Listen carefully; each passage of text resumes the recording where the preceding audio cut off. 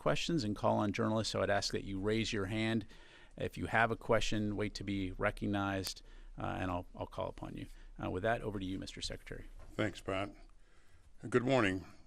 It's been a difficult few days for the Department of Defense, and the entire department is united in our outrage and sorrow over the death of 3 U.S. service members on Sunday in Jordan. We all mourn the loss of 3 Army Reserve soldiers serving at Tower 22.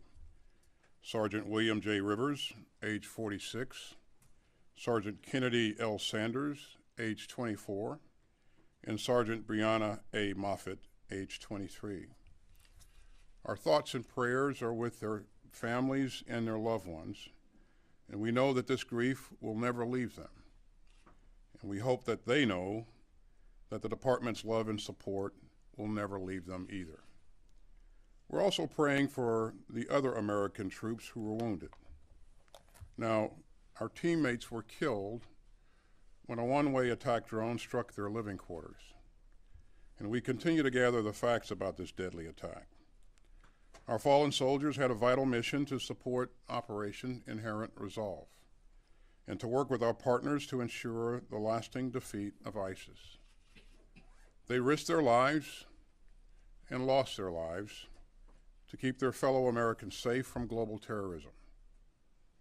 The President will not tolerate attacks on American troops, and neither will I. Our teammates were killed by radical militias backed by Iran and operating inside Syria and Iraq. In the aftermath of the vile Hamas terrorist assault on Israel on October 7th, terrorist groups backed by Iran and funded by Iran have tried to create even more turmoil, including the Houthis attacking commercial shipping in the Red Sea. So this is a dangerous moment in the Middle East. We will continue to work to avoid a wider conflict in the region, but we will take all necessary actions to defend the United States, our interests, and our people. And we will respond when we choose, where we choose, and how we choose. Now, that's what everyone here is focused on. But in my first week back in the Pentagon, I did want to address my recent hospital stay and some of the issues around it. I'm recovering well, but as you can see, I'm still recovering. I'm still having some leg pain and doing physical therapy to get past it. I'm deeply grateful to my doctors and the nursing staff at Walter Reed, and I very much appreciate all the good wishes. But I want to be crystal clear.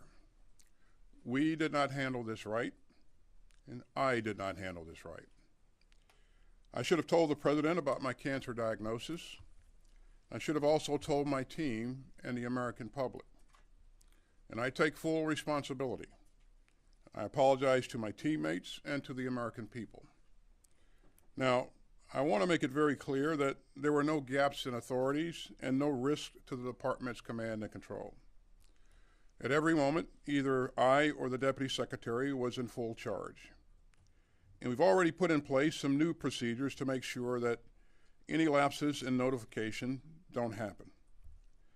In the future, if the Deputy Secretary needs to temporarily assume the duties of my office, she and several White House offices will be immediately notified, including the White House Situation Room.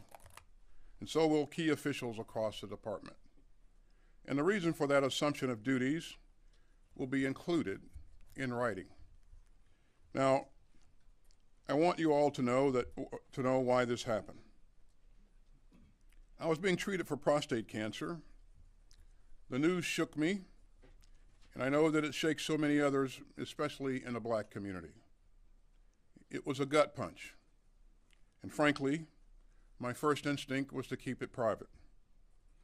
I don't think it's news that I'm a pretty private guy. I never liked burdening others with my problems. It's just not my way. But I've learned from this experience. So taking this kind of job means losing some of the privacy that most of us expect. The American people have a right to know if their leaders are facing health challenges that might affect their ability to perform their duties, even temporarily. So a wider circle should have been notified, especially the president. I'll take your questions today, but as you know, we've got an ongoing internal review as well as a DoD Inspector General review that we fully support. So I may have to discuss some aspects later. Now, let me back up a bit. As you know, on 22nd December, I had a minimally invasive procedure to cure me of my recently diagnosed prostate cancer. And then I hit some bad luck during what is usually a pretty easy recovery. On January 1st, I felt severe leg pain and pain in the abdomen and hip. And that evening, an ambulance took me to Walter Reed. The doctors found that I had several issues that needed treatment, including a bladder infection and abdominal problems. On January 2nd, I was also experiencing fever and chills and shallow breathing. The medical staff decided to transfer me to the critical care unit for several days for closer monitoring and better team care by my doctors. And the deputy secretary assumed the functions and duties of my office, which happens when necessary. Her senior staff, my senior staff, and the joint staff were notified of this through our regular email notification procedures. And I never directed anyone to keep my January hospitalization from the White House. On January 5th, I resumed my functions and duties as secretary from the hospital. I was functioning well mentally, but not so well physically, and so I stayed at Walter Reed for additional time for additional treatment, including physical therapy for some lingering issues with my leg. Now, I'm offering all of this as an explanation and not an excuse. I am very proud of what we've achieved at the department over the past 3 years, but we fell short on this one. As a rule, I don't talk about conversations with my boss, but I can tell you I've apologized directly to President Biden. And I've told him that I'm deeply sorry for not letting him know immediately that I received a heavy diagnosis and was getting treatment. And he has responded with the grace and warm heart that anyone who knows President Biden would expect. And I'm grateful for his full confidence in me. And finally, I also missed an opportunity to send a message on an important public health issue. And I'd like to fix that right now. I was diagnosed with a highly treatable form of cancer, a pretty common one. 1 in 8 American men will get prostate cancer. 1 in 6 black men will get it. And so I'm here with a clear message to other men, especially older men.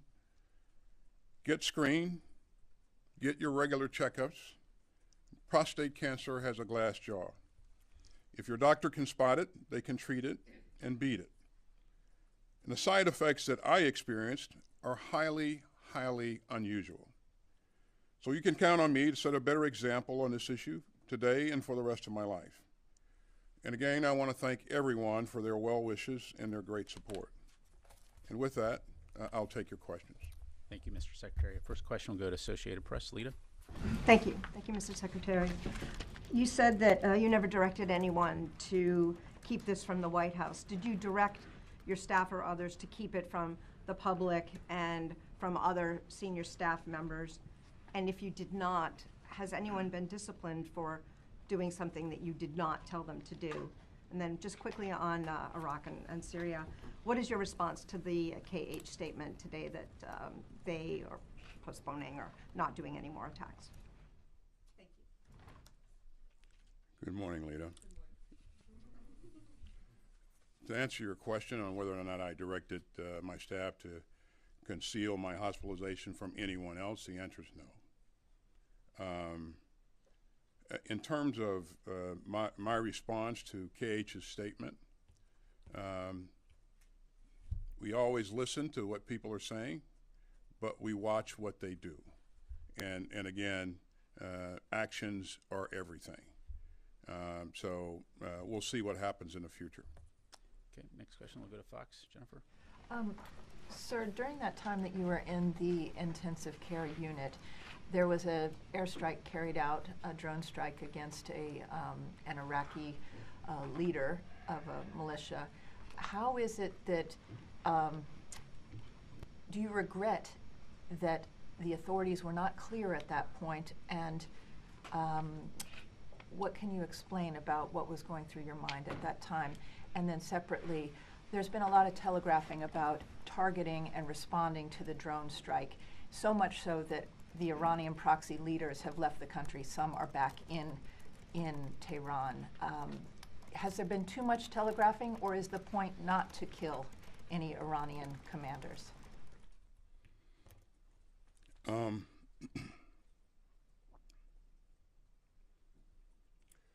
Regarding the strike on the 8th, Jen, that strike was planned, and I had made recommendations to the president on actions that we should carry out, and President made a decision, and based upon that decision, authorities were pushed down to the Central Command commander, and as you know, a strike like that, you can't pick the precise time when that strike is going to take place. You want to minimize collateral damage. You want to make sure that you have everything right. And so the subordinate commander had the controls on that particular strike. So that I was very much involved in planning and the recommendations for that, and we knew that that would take place within a matter of days. In terms of telegraphing about strikes and whether or not people leave or would have left, you know, I won't speculate on any of that. I would just tell you that you know, we will have a multi-tiered response, and again, we have the ability to respond a number of times depending on what the situation is. Okay, let's go to Reuters. Phil? What did your deputy know about your condition, and when did she know it? Yeah, Phil, I think in terms of what she knew and didn't know, I think we should probably let that come out of the review. I think I won't speculate on what she knew and did not know based upon what information was passed to her. Again, I think the details of that will come out of one or both of those reviews. So. Okay. Gordon? Mr. Secretary, you say you didn't direct your staff to hide this truth or lie, but did you create a culture of secrecy that then the staff kind of interpreted your desires or your intentions when it came to you getting sick? Yeah, you know, I don't think I've created a culture of secrecy. I think there will be security officers, there will be other staff members who may perceive that they're doing things in my best interest, and you know, I can't predict or determine or ascertain what those things may be. I just know what I said and did not say, and of course, you know, I have a great staff, and they always want to intend to do the right things. But in terms of what one may or may not have perceived at any one point in time, I won't speculate on that. So. Okay. Let's go to ABC. Hi, sir. Thank you for doing this, and I think on behalf of all of us here, we wish you a speedy recovery. I'd like to ask you about the current situation in the Middle East. The message has been deterrence, deterring by the Houthis, deterring the attacks by the militias.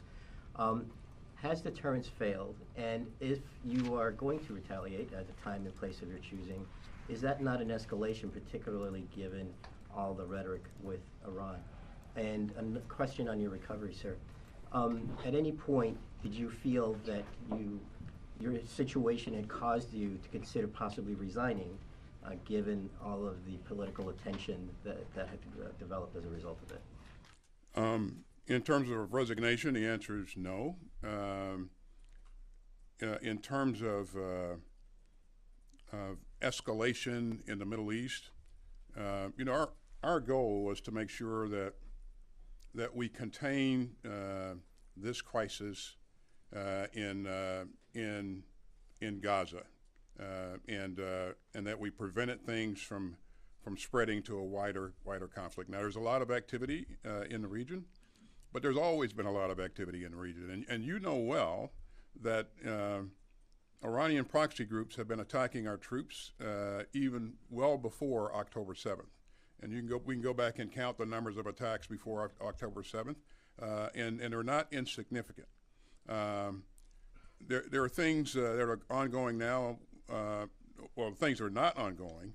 You know, we don't see a conflict, an all-out conflict between Israel and Lebanese Hezbollah, and so I think managing that, I think, has been artfully done, and so, you know, we remain in contact with our Israeli counterparts and make sure that that doesn't blossom into a war on another front. We don't see Israel engaged in a conflict with other countries in the region. We're not at war with Iran. And yeah, the Houthis continue to do some things that are very irresponsible and illegal. And so our goal is to make sure that we continue to take away capability from the Houthis to do what they've been doing. And this is not a U.S. issue. This is an international issue. You know, we're going to either be serious about the freedom of navigation, or we're not. And so as we look at partners like the UK and so many others that have joined us in this effort, this is about freedom of navigation. There are others in the world that are watching this to see how serious we are about this, and we are serious. And again, our partners and allies are serious about it as well. This is costing countries and companies significant amounts of money as they've had to redirect commercial traffic around. But the Houthis, I mean, their activity needs to come to a halt, and we would call upon Iran to quit or to cease supplying the Houthis with these advanced conventional weapons that they've used to attack ships in the Red Sea and the Bab el-Mandeb. Okay, let's go to Helene. Sir, commiserations on your illness, and it's good to see you back on your feet. At least on one foot. On one foot. You said that you never directed your staff to keep the news of your hospitalization from anyone. Did any senior members of your family or your wife direct people to keep this a secret?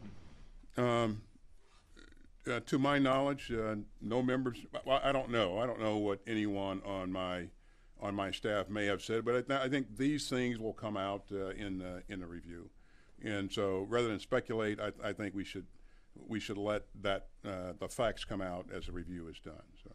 Can I ask you one more Sure. question about you? You mentioned during your opening statement that this was an opportunity to talk about prostate cancer, especially in the Black community. I wonder, though, do you have any regret that your silence on this reinforced this culture of secrecy among Black men about prostate cancer? Yeah, and you mentioned that, and it's probably not an issue of secrecy as much as it's an issue of privacy. And this is a very cancer period is very private, and there may be cancer survivors amongst us in this room right here, and I know there is at least a couple. There are at least a couple. But you know how private that is, and you know what the initial diagnosis feels like, and so among the Black community, though, it's even more a thing that people want to keep private, and again, it's more about privacy than secrecy. In my case, I should have informed my boss. I did not. That was a mistake. And again, I apologize to him for not doing so. Let's go to NPR. Mr. Secretary, you went to the hospital on December 22nd. Was your staff aware that you'd gone to the hospital? And if so, why didn't they tell the White House? You went back to the hospital on January 1st, and an aide told the dispatcher, when the ambulance arrives, no lights, no sirens. Did you direct the aide to say that? I asked my assistant to call the ambulance. I did not direct him to do anything further than just call the ambulance. And so what he said and why he said it, I think that should come out in the review as well. So. What about December 22nd when you went to the hospital the first time? Was your staff aware? And if so, why didn't they tell the White House? When I went to the hospital on December 22nd, I went in for that procedure. My duties were transferred to the deputy. That was planned, and I decided to stay in the hospital overnight. Didn't have to, decided to stay there overnight because of the anesthesia that was involved. And then the next day, later in the afternoon, early evening, we transferred authorities back. No, I'm talking about your staff. Okay, Was let's- your staff aware, and why didn't they Peter? tell the White House? Mr. Secretary, first of all, we wish you good health and thank you for taking our questions. We hope you have a quick recovery. I have two questions. I'll start with the first one on your hospitalization. You were hospitalized for days before you informed the White House or the Commander-in-Chief of your condition and your absence. Anyone else within the military chain of command would have faced reprimand or even dismissal. Why shouldn't that same standard apply to you, sir? Well, let me just say that, thanks for the question, that we didn't get this right. And as I said, I take full responsibility for the department's actions. In terms of why on the second notification was not made to the White House, that information was available. I'm not sure at this point what exactly happened, but I think details will play out as a review is conducted. So. Okay, let's follow up about the situation overseas right now and the deliberation in regards to strikes. There have been more than 160 strikes on American targets across the region, as you noted, since October. Why has the U.S. waited until American service members were killed to escalate its response? Well, as you know, we've responded a number of times and taken out, first of all, their attacks. Many of them, most of them are going to be ineffective. And most of them we're going to defend ourselves against. Whenever we conduct a strike, we're going to hit at what we're aiming at. We're going to take away capability. We're going to do what we're desiring to do. And so this particular attack was egregious in that the attack was on the sleeping area of one of our base, and again, we've Kataib Hezbollah and other elements continue to attack our troops, and again, I think at this point we should. It's time to take away even more capability than we've taken in the past. And in terms of you use the term escalation. We've not described what our response is going to be, but we look to hold the people that are responsible for this accountable. And we also look to make sure that we continue to take away capability from them as we go forward. Let's go to the next question. Washington Post, Missy. Welcome back, Mr. Secretary. First of all, the chairman of the House Armed Services Committee, one of the main oversight committees for this building, has asked if you will come testify on a specific date. Will you do that? And secondly, on the Middle East, what's your response to the criticism that the United States is sort of playing into the hands of the Houthis because the U.S. response is elevating their status? They've demonstrated an ability to withstand years of bombing in the past. And more broadly, playing into the hands of the Iranians that support the Houthis and the other groups, when the goal of President Biden in the United States has been to prevent increased violence in the Middle East, and now the United States is taking part in actually increasing it. Thanks.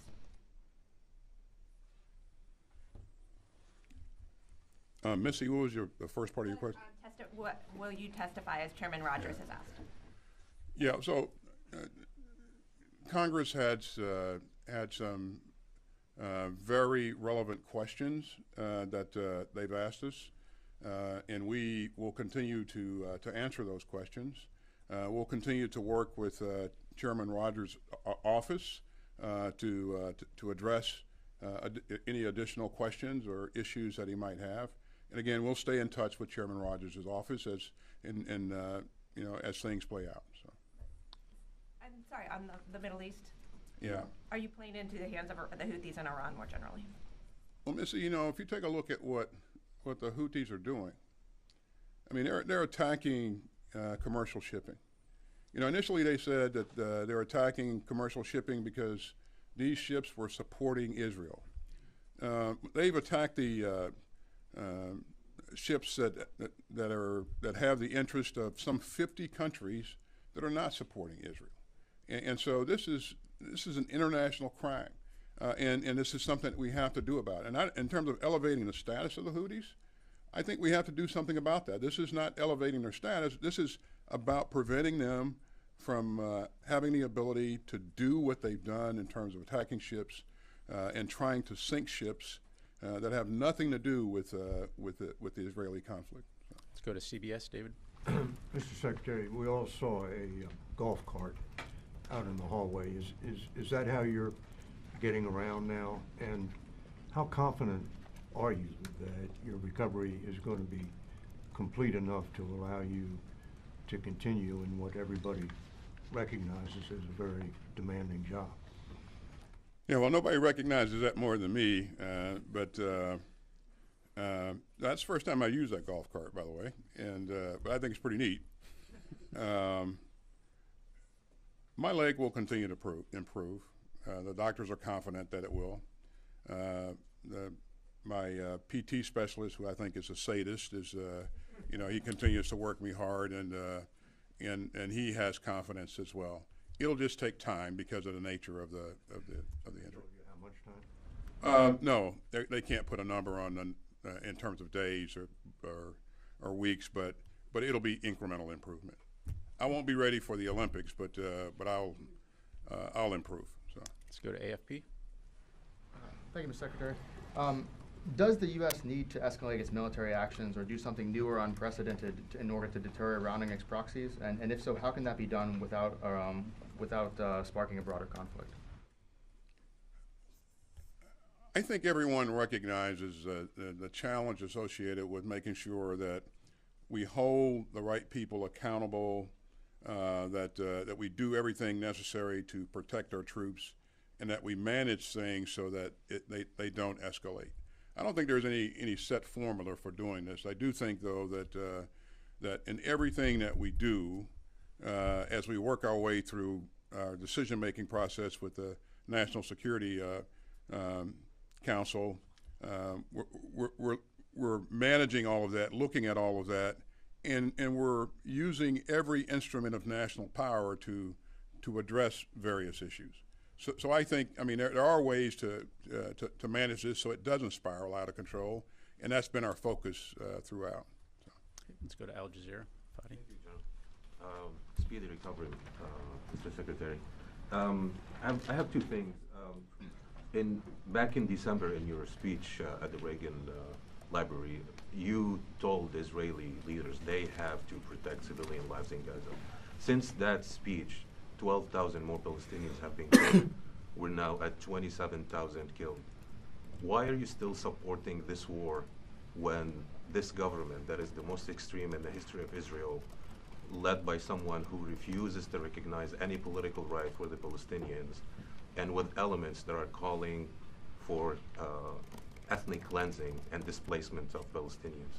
Do Palestinians have the right to dignity? As you said in Angola when I was with you on the trip, you said the future belongs to those who protect dignity, not trample it.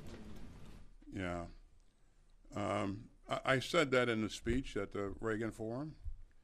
I've said that to my counterpart, Minister Gallant, every time that I talk to him, and I talk to him every week. And I emphasize the importance of protecting civilian lives. I also emphasize the importance of providing humanitarian assistance to the Palestinians. It's critical. It's really important. There's no question that it's been a tough conflict. But as I said earlier, we are starting to see the Israelis kind of shift their stance and change their approach to a more focused and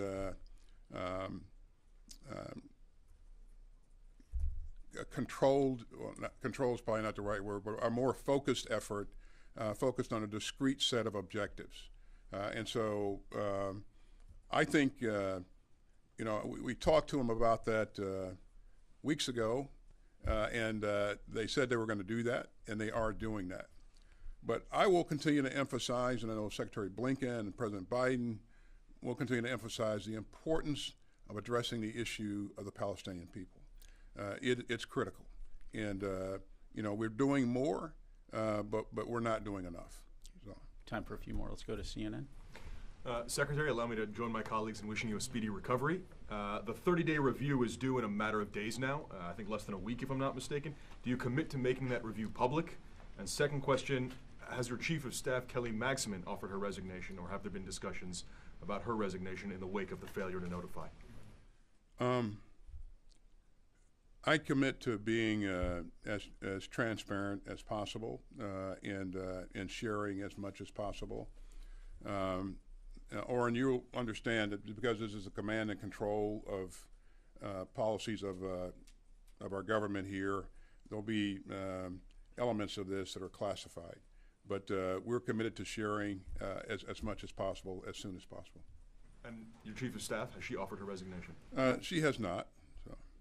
Okay, let's go to PBS. Nick. Mr. Secretary, I've seen what you're going through up close among loved ones, so again, we wish you full recovery, and I know it's possible, so thank you. You described this as a gut punch, your instinct to privacy, but if I could just ask you bluntly, you had nearly a month between the time you learned of your cancer and the time that this came out to inform the President. How could you possibly think that it was okay not to tell him? If I could be blunt, and just a small question on Iran and the Middle East, what do you believe Iran knew operationally about the attack in Jordan, and how important is that when it comes to the U.S. response? So, when the diagnosis was made, doctor highlighted that you have a finite window of time to actually get this done. If you go beyond that window, then you will have a problem. Christmas holidays coming up. For me, to have as little impact on what we're doing in the department, Christmas was a time for me to take a look at getting that done. It was a tough decision for me, and I did not decide until very close to when the procedure was done to actually do the procedure. In terms of informing the President, again, I admit that was a mistake to not talk to him about that early on. When you're the President of the United States, you got a lot of things on your plate. And so putting my personal issue on adding to his all the things that he's got on his plate, I just didn't feel that was a thing that I should do at the time. But again, I recognize that was a mistake, and I should have done that differently. So. And what Iran knew about the attack in Jordan, or how operationally it was involved? We believe that this was done by an element of what is known as the axis of resistance, and these are Iranian proxy groups. And how much Iran knew or didn't know, we don't know, but it really doesn't matter because Iran sponsors these groups, it funds these groups, and in some cases, it trains these groups on advanced conventional weapons. And so, I think without that facilitation, these kinds of things don't happen. Okay, let's go to FT and then Politico to close it out. Thanks, Mr. Secretary. Have you seen any signs that China has been successful in pressuring Iran to rein in the Houthis in the Red Sea? We have not. Again, what's happening in terms of close communications between leaders, we don't know, but we've not seen any visible evidence that they are encouraging or pressuring Iran to cause the Houthis to back off of what they've been doing. Okay. Final question. Thank you. Good to see you, Mr. Secretary. I also hope that you make a speedy recovery. I have two questions. First of all, do you regret not personally telling the deputy the details the 2 times that you were in the hospital and the authorities were transferred to her? Do you think that she had a right to know? And then I have a question on the Middle East as well. As you heard me say in my opening statement, I apologize to all my colleagues and also the American people that I wasn't as transparent as I probably should have been up front. So. And then my second question, is there any discussion right now of withdrawing from either Syria or Iraq, especially given what has happened in the last couple of weeks? What's happened in the last couple of weeks is not driving us to consider withdrawing troops from Syria. There are ongoing discussions with the Iraqi leadership about our future footprint in Iraq, and I think that's been fairly well publicized. The High Military Commission, we've taken the first steps in conducting those meetings, and so that will play out over time. Does that include discussions about withdrawing troops from Iraq? It'll include discussions about our footprint going forward, for sure. Thank you very much, Mr. Secretary. Ladies and gentlemen, that's all the time we have for today. Thank you very much. We're still doing the forensics, Jan, but most of the drones in the region have a connection with Iran. So. Mr. Secretary, why a multi-tiered response? Why not one and done, get it over with, and don't get dragged into a broader conflict? You know, I don't think the adversaries are of a one and done mindset, and so they have a lot of capability. I have a lot more, and so you know we, as I said earlier, we're going to do what's necessary to protect our troops and our interests. So. Also, thank you very much. If it's multi-tiered, thank you. Multi-tiered, how can you say it's not an escalation?